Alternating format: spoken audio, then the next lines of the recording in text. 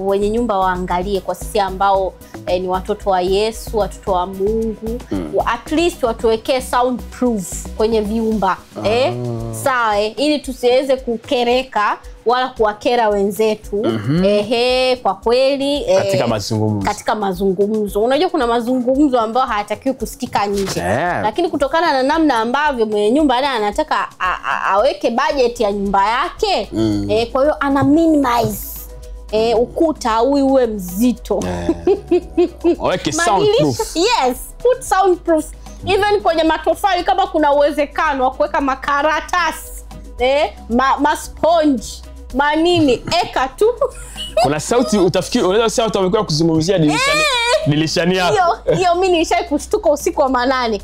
Nikasema hizi ni ngumi? Ni nini? Mpaka kuna huo wimbo nilikuwa sijai kuusikia, lakini ule wimbo mpaka asubuhi niliusikia na niliushika. Kwa kweli oye nyumba. Alafu kuna wengine mazungumzo yao basi at least yao ya muda mfupi. Ni ya muda mazungumzo marefu. Yes. Ukilala ukiamuka wanazungumza. Yaani unakuwa hivi inakuaje? The Bantu.